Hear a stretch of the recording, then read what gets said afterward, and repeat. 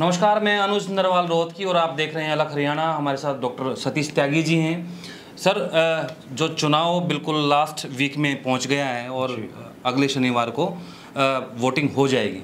हम रोहतक में बैठे हैं और आज हम बात करना चाहते हैं रोहतक ज़िले की 4 सीटों को लेकर। तो हम महम से शुरुआत करते हैं। महम में आपको क्या लगता है कि यहाँ पर कांग्रेस, बीजेपी, जिस तरीके से बीजेपी का दीपक हुड्डा को दिया गया है, बलराम दांगी पहली बार उतर रहे हैं और यहाँ पर बलराज कुंडू सिटिंग एमएलए हैं, राधा भी यहाँ पर इफेक्टिव दिखाई दे रही हैं, तो क्या ओवरऑल आपको यहाँ की पिक्चर दिख रही है? देखिए, अगर प्रथम दृष्टया आप देखें तो महम की सीट रोहतक जिले में अकेली ऐसी सीट है जिसको लोग जटिल मानकर चल रहे हैं, कॉम्प्लिकेटेड है, मल्टी कॉर्नर कंटेस्ट है और इसीलिए सबसे ज़्यादा ध्यान अगर रोहतक जिले की किसी सीट पे है, बल्कि मैं कहूँगा पुराने रोहतक जिले में तो महम पर ज़्यादा केंद्रित है। चूँकि महम बुनियादी तौर पर आया है इंडियन नेशनल लोकदल और चौधरी देवलाल का गढ़ जी, तो राजनीतिक चेतना बहुत ज़्यादा है। और उसके बाद दूसरी बड़ी बात ये हुई कि पिछली बार यहाँ से निर्दलीय विधायक जीते और भारतीय जनता पार्टी के लिए ये क्षेत्र नया है, कोई कभी कामयाबी मिली नहीं है और इस बार जो उन्होंने कैंडिडेट दिया है उसको लोग गंभीरता से ले ही नहीं रहे। कहीं ना कहीं इस तरह की चीज़ें मुझे सुनने में मिली हैं कि भारतीय जनता पार्टी की कोई समझ, अंडरस्टैंडिंग यहाँ इस सीट पर लेके हुई है। किसके साथ हुई है ये भी लोग यहाँ के जानते हैं, क्षेत्र के, उसमें कोई कहने वाली बात नहीं है। अब सवाल यह है कि सारी नज़रें यहाँ केंद्रित हैं कि महम कैसे रिस्पॉन्ड करेगा। एक महम की छवि जो है ना पूरे प्रदेश में रोहतक वालों ने ऐसी बना रखी है कि महम तो धारा से अलग चलता है, महम यूँ करता है, महम यूँ करता है। लेकिन मेरी समझ है कि महम के लोग ज़्यादा समझदार हैं। उन्होंने एक दौर में चौधरी देवीलाल को शिखर पर पहुँचाया और जब उनके स्वाभिमान से टक्कर हुई तो उस परिवार को उन्होंने नेस्त नाबूद भी कर दिया पूरी तरीके से। तो महम के लोगों को मैं ये मानता हूँ कि पॉलिटिकली बहुत अवेयर हैं, उनको ये पता है कि उनके हित कहाँ सुरक्षित हैं। और 90 के दशक से अब अगर हम बात करें महम कांड से लेकर अब तक इतना लंबा अंतराल रहा है कि इसमें बहुत ज़्यादा परिपक्वता आ गई है। आज पूरे प्रदेश में माहौल ये है, आप किसी से बात करें वो कहेंगे कांग्रेस की सरकार बन रही है। जितना इस बात का भरोसा है कि कांग्रेस की सरकार बन रही है, ये भी लोग मानकर चल रहे हैं पुख्ता कि भूपेंद्र सिंह हुड्डा मुख्यमंत्री होंगे। भूपेंद्र सिंह हुड्डा के मुख्यमंत्री होने का मतलब है कि जो तथाकथित चौधर है वो इस क्षेत्र में आना।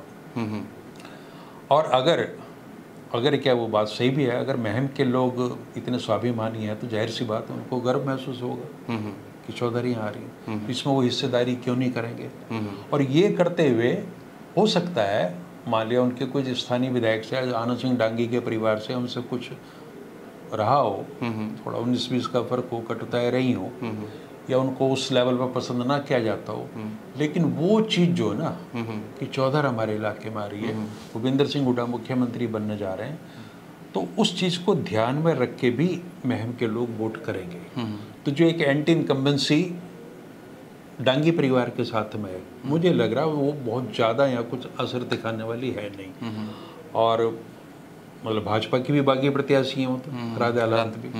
दूसरे एक महम के बारे में ये धारणा है कि यहाँ जो बड़े बड़े गाँव हैं यहाँ के, तो जिस गांव से कैंडिडेट आता है वो ज़्यादा वोट खींच लेता है। तो ये जो सेंध लगाने वाली बात है, इसके बारे में चर्चाएं तो बहुत ज़्यादा हैं, बाकी तो असल स्थिति तो तभी पता चलेगी जब परिणाम आएगा कहाँ क्या सेंध लगी है। लेकिन मेरी ये समझ है कि परंपरा से हटके ये चुनाव है, जो चीज़ें अब तक होती रही हैं, जो हम मानते रहेंगे जी ये तो ऐसा ही ट्रेंड रहता है, उन ट्रेंड को इस बार चुनौती मिल रही है और कोई आश्चर्यजनक परिणाम यहाँ से महम से निकलने की संभावना ज़्यादा है। एक तो जो आपने जिक्र किया कि यहाँ पर कमल कभी खिला नहीं, दूसरा एक और चीज़ जब पढ़ रहे थे सर इसमें, उसमें वो जो निर्दलीय विधायक एक बार बन गया वो दोबारा से नहीं बना, इस तरीके का भी यहाँ पे देखने को मिला सीट। देखिए, निर्दलीय विधायक की अपनी एक ये जो समाज सेवी होते हैं ना, समाज सेवा तो एक बहाना है। आप समाज सेवा अगर करें और राजनीति में भाग ना लें, उसकी एक आदर्श स्थिति है कि आप सिर्फ दे रहे हैं और ले नहीं रहे। लेकिन जब आपका ये उद्देश्य बिल्कुल साफ है तो उसमें फिर इसको समाज सेवा का नाम नहीं लेना चाहिए। बल्कि मैं तो 2 कदम आगे बढ़ के ये कहता हूँ कि हमारी राजनीति में जो समाज सेवी आए हैं ये स्टेट की तंत्र की विफलता का परिणाम है। अब मान लीजिए कोई कैंडिडेट है वो क्षेत्र की लड़कियों के लिए बसें उपलब्ध करा रहा है ताकि वो सुरक्षित रूप से आ जाएं और चली जाएं। बहुत अच्छा लगता है देखने में, लेकिन ये काम तो स्टेट का है ना, ये सरकार का काम है कि वो उनकी सुरक्षा करे। जी जी। तो अब अगर कोई निजी क्षेत्र का आदमी निकल के इस तरीके की बात करेगा तो मैं तो इसको पूरे राज्य तंत्र की विफलता मानता हूँ, और इसको मैं बहुत पॉजिटिव वे में नहीं लेता। सेवा करने के और बहुत तरीके हो सकते हैं, लेकिन लोकतंत्र में आपको राजशाही थोड़ी है कि एक राजा है बड़ा उदार है और वो प्रजा के साथ कल्याणकारी काम कर, ये तो स्टेट गवर्नमेंट है, उसको करना चाहिए। तो ये चीज़ें एक दो बार चल जाती हैं आमतौर पे। हरियाणा का इतिहास ही रहा है कि समाज सेवा के, कथित समाज सेवा के बलबूते पे जो विधायक बनते हैं उनके लिए दूसरी बार बड़ा मुश्किल हो जाता है। यहाँ पे जैसे पूर्व में जो बलबीर बाली थे जी, वो भी ताल ठोक दी है, हालांकि टिकट उनको सिंबल से नहीं मिली, उनके इनेलो से नहीं मिली, लेकिन आज़ाद उम्मीदवार के तौर पर हैं। तो और आम आदमी पार्टी के भी हैं, नेहरा हैं, विकास नेहरा हैं, तो ये भी क्या इफेक्ट डालेंगे इस चुनाव पे? आपको लगता है कि कहीं ना कहीं वोट में सेंधमारी ज़्यादा करेंगे, या फिर क्या लगता है? थोड़ा बहुत असर, मैंने कहा ना कि महम के क्षेत्र में ऐसी धारणा है कि जो जिस गांव का आता है तो उसके आजू बाजू के थोड़ा बहुत इधर कहीं थोड़ा प्रेशर पड़ जाता है। लेकिन जब जनता लड़ाई लड़ती है, जनता जब परिवर्तन चाहती है, तो ये मुद्दे फिर मायने नहीं रखते। अगर जनता ने यह मन बना लिया है कि हमने भारतीय जनता पार्टी की सरकार से मुक्ति पानी है, तो ये जो इस तरह के लोग खड़े होते हैं इनका कोई बहुत लंबा चौड़ा प्रभाव पड़ता नहीं है। छोटा मोटा नुकसान आप मान सकते हैं, कहीं 1500 वोटों से किसी ने कोई प्रभावित कर दिया, लेकिन जनता बहुत समझदार है, उसे ये पता है कि किसे जिताना है, किसे जिताना है और किसे हराना है। तो मुझे तो जनता के विवेक पर, उनकी समझदारी पर पूरा भरोसा है कि बहुत ज़्यादा असर इस पर डालेंगे नहीं। जी, अब थोड़ा सा कलानौर पे बात कर लेते हैं। कलानौर में जो सीटों पे देखें, पुरानी विधायक कोई वहाँ पे सिटिंग एमएलए हैं, शकुंतला खट्टक है, नया चेहरा बीजेपी ने उतार दिया, तो किस तरीके से देखते हैं? क्योंकि दूसरी तीसरी चौथी पार्टी वहाँ दिख नहीं रही है फिलहाल। तो देखिए, पूरे रोहतक जिले की जो 4 सीटें हैं उनमें एक कॉमन फैक्टर ये है, जो मैंने पहली बात कही कि लोगों में ये मैसेज है कि कांग्रेस की सरकार आ रही है, भूपेंद्र सिंह हुड्डा के नेतृत्व में आ रही है, तो हर विधानसभा क्षेत्र में एक फायदा मिल रहा है जबरदस्त इस चीज़ का ये सबसे ज़्यादा मैटर करता है। और इस लाभ मिलने ने क्या करा है कि इसमें प्रत्याशी को सेकेंडरी बना दिया, उसकी स्थिति इतनी महत्वपूर्ण नहीं है। लोगों में ये मैसेज जा रहा है कि रोहतक जिले की तमाम सीटों पर एक ही कैंडिडेट है और वह है चौधरी भूपेंद्र सिंह हुड्डा। तो हर जगह मुकाबला भूपेंद्र सिंह हुड्डा वर्सेस है, ये कहने में मुझे कोई संकोच नहीं रखती भरपूर। ठीक है, कलानौर में भी इस चीज़ का लाभ मिलेगा। हाँ, राजनीतिक दल इस तरह की चीज़ें करते हैं, चूँकि कलानौर आरक्षित सीट है तो उसमें भी 3 कैटेगरी हैं, तो ये कोशिश होती है कि एक सामाजिक समूह से उसको दे दिया तो दूसरे को वहाँ से ले आओ, तीसरे को वहाँ से ले आओ। तो ये जो गणित है, कम से कम रोहतक, पुराने रोहतक जिले में तो देशपाली बेल्ट में काम नहीं करेगा, ये चलेगा नहीं। हाँ। पिछली बार भी अगर दूसरी सीट के ऊपर जाएं जहाँ से भूपेंद्र सिंह हुड्डा खुद आते हैं, पिछली बार थोड़ा सा गंभीरता से चुनाव ले लिया, 75 पार का नारा था, तो वहाँ भी जब अंतर दिखा तो वो एक रिकॉर्ड मत से वो जीते थे। अब की बार क्या लग रहा है सर वहाँ पे? गढ़ी सांपला किलोई भूपेंद्र सिंह हुड्डा का गढ़ है, और ये गढ़ एक दिन में नहीं बना। इस गढ़ में उन्होंने निरंतर 5 हार का सामना भी किया है, और ये जिस वजह से गढ़ बना है वो वजह सारी आज जिंदा है। भूपेंद्र सिंह हुड्डा को कोई चुनौती किसी स्तर पर गढ़ी सांपला किलोई में नहीं है, बहुत आराम से रिकॉर्ड मतों से वो जीतेंगे। अपना ही रिकॉर्ड तोड़ देंगे? वो अपना ही तोड़ रहे हैं जब से आए हैं। अच्छा, रोहतक की बात कर लेते हैं सर। यहाँ भी कह रहे हैं कि बड़ी टक्कर है, कांटे की टक्कर है यहाँ पर। देखिए, बिल्कुल कांटे की टक्कर है रोहतक में। कांटे से टक्कर है, कांटे की टक्कर है, ये भी सोचने वाली बात है। तो यहाँ असल में क्या है कि रोहतक विधानसभा क्षेत्र का चरित्र दशक दर दशक बदल रहा है। एक ज़माना था जब यहाँ जनसंघ जब होता था, वो भी अच्छी खासी उसकी पैठ थी। 1952 के इलेक्शन की मैं बात करूँ तो बहुत अच्छे खासे वोट जनसंघ ने लिए थे। उसके बाद में डॉक्टर मंगल सेन का एक दौर आता है, और अब मनीष ग्रोवर एक बार विधायक बने। तो यहाँ मूलतः लड़ाई भारतीय जनता पार्टी और कांग्रेस के बीच रहती है। और मजे की बात यह है कि जो वोट कार्यकर्ताओं को छोड़ दीजिए, जो विचारधारा से जुड़ा वोट है उसको छोड़ दीजिए, आम तौर पे इस शहर के पंजाबी मतदाता, और बनिए मतदाता, वो बंधे हुए नहीं है एक जगह की, वो एक ही जगह रहेंगे, वो चलते रहते हैं, चूँकि वही हराते हैं वही किसी को जिता देते हैं अगली बार में। तो रोहतक शहर की स्थिति इस बार हुई क्या है कि मनीष ग्रोवर गलती करके बहुत ज़्यादा, पहली बार तो उन्होंने जब ये आके यहाँ कहा कि मैं चुनाव नहीं लड़ूंगा, और वो दृश्य सबने देखे कि वो बहुत भावुक हो गए थे, रोने लगे थे, और उन्हें ढाढ़स बंधाया कार्यकर्ताओं ने कि जिन्हें आप ही लड़ेंगे। तो उससे संकेत लोगों में ही गया कि मनीष ग्रोवर को इस बार टिकट नहीं मिल रही, और ऊपर से संकेत मिल गए हैं। उसके बाद में लगातार वो डैमेज कंट्रोल सा कर रहे हैं एक, है ना, और कांग्रेस पे जो वो हमला बोल रहे हैं उसके कोई बहुत ज़्यादा लंबे चौड़े अर्थ निकाल नहीं पा रहे। चूँकि देखिए, अगर कांग्रेस के खिलाफ कुछ माहौल है तो जनता को सब पता है सारा। फॉर एग्जांपल आप कहते हैं कि 2016 के जो कुछ हुआ था उसमें, हाँ बिल्कुल, वो इस चीज़ को तो बड़ा मुद्दा बनाया, बहुत बड़ा मुद्दा बनाया, और हम रोहतक के नागरिकों उस हैसियत से हम देखते हैं। मैं इस चीज़ को अन्यथा लेता हूँ। देखिए, प्रदेश में आपकी सरकार थी, एक लोकप्रिय यशस्वी मुख्यमंत्री थे, और अगर वहाँ स्थानीय प्रशासन, पुलिस प्रशासन और इवन सैनिक जो आए थे वो भी विफल रहे, तो इसकी विफलता की जिम्मेवारी आपको लेनी चाहिए नैतिक रूप से। आप ये कह रहे हैं कि साहब जिन लोगों ने रोहतक जलाया, क्या ये सिद्ध हो चुका है रोहतक किसने जलाया? अगर हो चुका है तो रोहतक की जनता को आप आधिकारिक रूप से प्रमाण सहित बताइए कि ये लोग हैं, चूंकि जानना चाहते हैं लोग। प्रकाश सिंह कमेटी कमीशन, वही मैं कह रहा हूँ, कमीशन बैठा था, उसने एक रिपोर्ट दी, आपने गोपनीयता की आड़ में उसको भी छुपा लिया। अब केवल आप कह रहे हैं कि जिन लोगों ने जलाया, और जब ये कह के भी, तो आप असल में वो जो 35 बनाम 1 का जो नारा था उसे फिर से पुख्ता कर रहे हैं। तो ये जो ध्रुवीकरण की और विभाजन की राजनीति है, ऐसे रोहतक के लोग भी बखूबी समझते हैं। आज की स्थिति यह है, अगर शुरू की मैं देखूं, लोग इलेक्शन में लोग कहते हैं जी इलेक्शन उठ रहा है, इलेक्शन ये भी आपने लिखा खींच गया है। ये कैसे पता लगता है वैसे? हाँ, किसने बताया? मुझे नहीं पता लगता कैसे लगता है।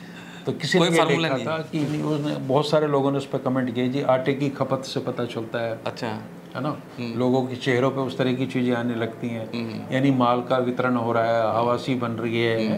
तो समाज के विभिन्न तबके जो चुनावी प्रणाली से जो लाभान्वित होते हैं, तो उनके चेहरों की रौनक से पता लगता है ये चीज़ें। लेकिन स्थिति है, मेरी समझ ये है कि रोहतक विधानसभा क्षेत्र में कांग्रेस कंफर्टेबल है चारों सीटों पे, और यहाँ भी वही फैक्टर काम करता है। यहाँ सीधी सी बात है कि भूपेंद्र सिंह हुड्डा, हाँ, और अब अगर आप सीधे सीधे जातीय समीकरणों की बात भी करें तो जाट मतदाता नंबर 2 की स्थिति में है, और अगर वो एक मुश्त हाईली पोलराइज्ड होके कांग्रेस कैंडिडेट के साथ लग रहे हैं, उसको वोट दे रहे हैं, और जगह से भी वोट मिलेगा, ऐसा तो है नहीं कि इसके बरक्स जो है वो सारे चीज़ खिलाफ हो गए हैं। और कोशिश की गई है, भाजपा ने बहुत कोशिश की है कि दलित समुदाय में वो सेंध लगा पाए, परिणाम बताएगा कितने हुए, लेकिन मोटा मोटी आप देखेंगे तो कांग्रेस कमज़ोर नहीं है कहीं भी। हाँ, थोड़ा मैं संकोच के साथ चीज़ें कह रहा हूँ इन चीज़ों को, लेकिन इसका अर्थ ये कतई नहीं है कि मैं ये मान के बैठ गया हूँ कि भारतीय जनता पार्टी सीट को निकाल रही है और भारी मोहब्बत से निकाल रही है। अभी खींचेगा, उठेगा, बैठेगा, ये चीज़ें अगले हफ्ते में होंगी, और बैठा, उठा, खींचा, क्या नहीं हुआ ये रिजल्ट बताएगा। वो कहते हैं ना, ऊँट किस करवट बैठे। हाँ, लेकिन रोहतक जिले की चारों सीटों के विषय में मेरी समझ तो ये बनती है कि वहाँ कोई खतरा कांग्रेस को है नहीं। यहाँ इसके तर्क मैंने आपको बता दिए, हो सकता है मैं गलत हूँ। तो मुद्दे कौन हो रहे हैं सर इस चुनाव में? आपने देखा हो तो मुद्दों पे बात नहीं हो रही ज़्यादातर, कि 10 साल में अगर कोई भी सरकार है तो वो अपने काम काज गिनाए, लेकिन बात हो रही है दलित की, दलाल की, दामाद की, इस तरह की वो बातें कर रहे हैं। देखिए, आसान होता है, कोई भी बच्चा जब परीक्षा में बैठता है तो जो सबसे आसान सवाल है वो उनको पहले करता है। ये जो मुद्दे हैं ना, ये सबसे क्लिष्ट होते हैं, सबसे कठिन मुद्दे का मतलब ये कि आपकी जवाबदेही उससे जुड़ी है, आपको बताना पड़ेगा, और उसके प्रमाण देने पड़ेंगे, दस्तावेजी कि आपने क्या तरक्की की है, किस तरह की। तो इनसे बचने के लिए राजनीतिक दल और उनके नेता वो जो सॉफ्ट कुछ चीज़ें ना उनको उठा कर ले आते हैं मैदान में, और ये सबसे आसान है कि जाति आधार पर आप कर लो, एक दूसरे के प्रति आरोप इस तरह के लगा दो। तो मुद्दों को इसलिए गौण करके रखा जाता है। मैं 1977 से इस शहर में रह रहा हूँ रोहतक में, और हर एक चुनाव बिजली, सड़क, पानी, स्वच्छ पानी, है ना, इन्हीं के मुद्दों पर लड़ा जा रहा है। यानी कि 77 से लेकर अब तक करीब करीब 47 साल हो गए। मुद्दे तो आधी सदी हो गई। हाँ, नागरिक सुविधाओं से जुड़े मुद्दे तो वही हैं। हाँ, बीच में हुआ कि ये ट्रैफिक आबादी बढ़ी है शहर की, उसी पूरे उत्तर भारत में ये समस्या है, सारे देश में ये समस्या, तो क्यों ये माइग्रेशन हो रहा है रूरल एरिया से अर्बन में, उसके लिए हमारी तैयार नहीं है, तो ये होती सारी चीज़ें। तो रोहतक में उसके लिए प्रयास किए गए। भूपेंद्र सिंह हुड्डा का दौर था तो वो फ्लाईओवर वगैरह बनाए गए उस समय के, लगा कि इससे भी समस्या का हल नहीं हो रहा है, तो ट्रेन ही ऊपर से गुजार दी, है ना, और अब ये एलिवेटेड पुल बने। एलिवेटेड पुल पे मैं बहुत कम शहर में निकलता हूँ, लेकिन जब भी जाता हूँ मुझे ये लगता है कि एलिवेटेड पुल एक कोई तिलियार के पास से बनना चाहिए, जो सीधा चला जाए, यहाँ डोब के मंदिर तक चला जाए, और ऐसी जज्जर रोड से एक इधर बन जाए। यानी वो अमेरिका में है कि जाल बिछा हुआ सारा का सारा। भाई एलिवेटेड पुल बनाने से इन समस्याओं का हल नहीं होना, आप कितनी बना लो, ये एक एरिया में आपको शांति मिलेगी। जैसे आप जाएंगे डी पार्क पे, वहाँ जरूरत नहीं महसूस हो रही है आपको, जबकि पीजीआई के नजदीक वहाँ तो कम से कम। ये जो दिशाहीन और बिना बुद्धि लगाए जो आप विकास की रूपरेखा खींचते हैं, इसका कोई अर्थ नहीं है। हाँ, आप कह सकते हैं कि हमने एलिवेटेड पुल बनाया, वो तो दिख रहा है सबको, ठीक है, लेकिन उससे समाधान किस हद तक हुआ। नंबर 2, एक चीज़ कही जाती है कि हमने कूड़ा उठाया, शहर को साफ कर दिया। आप कभी भी चले जाइए सुबह, अगर आप जल्दी उठने के शौकीन हैं तो आप मेरे पीछे आर्य नगर का मार्केट है, यहाँ से आप सुबह 9 बजे तक कभी भी निकल जाइए, जगह जगह कूड़े के और गंदगी के ढेर लगे हुए हैं। क्यों लगे हुए हैं? चूंकि वहां से कूड़ा उठा के गाड़ी में डालने वाला कोई नहीं, दुकानदार लोग हैं वो। शहर की हालत सब जगह ऐसी है, और मैं कहता हूँ अगर आपने सफाई के मापदंड देखने हैं तो आप डीएलएफ में, सुभाष नगर में और पार्कों में क्यों देखते हो सेक्टर में। आप पाड़ा मोहल्ला जाइए ना, जो गरीब बस्तियां हैं वहाँ तो विभाजन साफ है कि एक तरफ अमीर और संपन्न लोग रहते हैं, दूसरी तरफ गरीब लोग रहते हैं। तो मेरी चिंता तो हमेशा उस गरीब आदमी के लिए है, जो बेचारा अपनी आर्थिक दरिद्रता के चलते ना तो घरों को अपने मेंटेन कर पा रहा, और उसकी गलियों में आप जाएंगे तो आपको नाक पर रुमाल रख के ही जाना पड़ेगा। जिस दिन रोहतक के लोग, अभिजात कॉलोनियों में रहने वाले लोग, पोश कॉलोनीज में रहने वाले लोग मुंह पे बिना रुमाल लगाए दलित बस्तियों से गुजर जाएंगे, गरीब इलाकों से गुजर जाएंगे, उस दिन मैं मानूंगा कि हाँ कोई परिवर्तन हुआ है। अदरवाइज ये सब कॉस्मेटिक चेंजेस हैं, इनसे कोई फर्क नहीं पड़ता। तो वोटर समझता है सर कि इस तरह की चीज़ें हैं? नहीं समझता तो उसे समझना चाहिए। ये इलेक्शन इसीलिए तो हो रहे हैं, ये कोई 10-15 दिन का गेम थोड़ी है। मैं तो शुरू से कहता हूँ 5 साल आप कितने एक्टिव रहना चाहिए। आप अपनी घर की व्यवस्था के लिए परेशान हैं, और तो ऐसी इसको मान के चलिए, तो अपने प्रतिनिधियों पर प्रेशर बनाइए। और रोहतक में तो बड़ी मजेदार बात हो रही है कि जो विपक्ष का विधायक है उससे सारी अपेक्षाएं की जा रही हैं, भारत भूषण बत्रा से। और ये भी एक दुर्भाग्य का विषय है कि विपक्ष का विधायक क्यों इतना महत्वहीन हो जाता है। कांग्रेस की सरकारों में होता समझ में आता है, लेकिन भाजपा की सरकार में जहाँ सबका साथ सबके विकास वाली बात है, वो मेरे को लोग कहते हैं जी रोहतक में विकास नहीं हुआ, जो कि विपक्ष का विधायक है। मैं कहता हूं जब आपकी घोषित नीति है कि सबका साथ सबका विकास, इसका मतलब ये है कि पिछले 10 वर्षों में 90 के 90 विधानसभा क्षेत्रों में एक सा विकास हुआ है। यही अर्थ है ना इसका। हाँ, इसका तो अगर रोहतक में विकास नहीं हुआ तो इसका मतलब जो ये नारासी बचते हैं उनमें भी नहीं हुआ, और अगर रोहतक में विकास हुआ तो फिर सब में हुआ है। तो या तो ये घोषित नीति आपकी कहीं दोषपूर्ण है आप, तो या फिर ये उल्हाना बंद कर दीजिए रोहतक में विकास नहीं हुआ। भारतीय जनता पार्टी के नेताओं को ये कहना चाहिए कि हमने पूरे प्रदेश का विकास किया और उस कड़ी में रोहतक भी बहुत विकसित हुआ है। बेशक वो विपक्ष का विधायक था, कितनी अच्छी बात सुनने कि यहाँ विपक्ष का विधायक था, मनोहर जी एक हैं, लेकिन बावजूद इसके मैंने इसको उतना ही प्रश्रय दिया जितना मैंने करनाल में विकास कराया, उतना मैंने रोहतक में कराया। एक बार कह तो दें आके, लेकिन ये तो कहते नहीं ना। एक आपने वीडियो भी देखी होगी उनकी, तो उन्होंने यही कह दिया कि यहाँ से तो कोई भाजपा आ रही है, वो उनको भगा रहे। सवाल ये है कि जब जवाबदेही का मौका आया तो आप दूसरा चेहरा ले आए।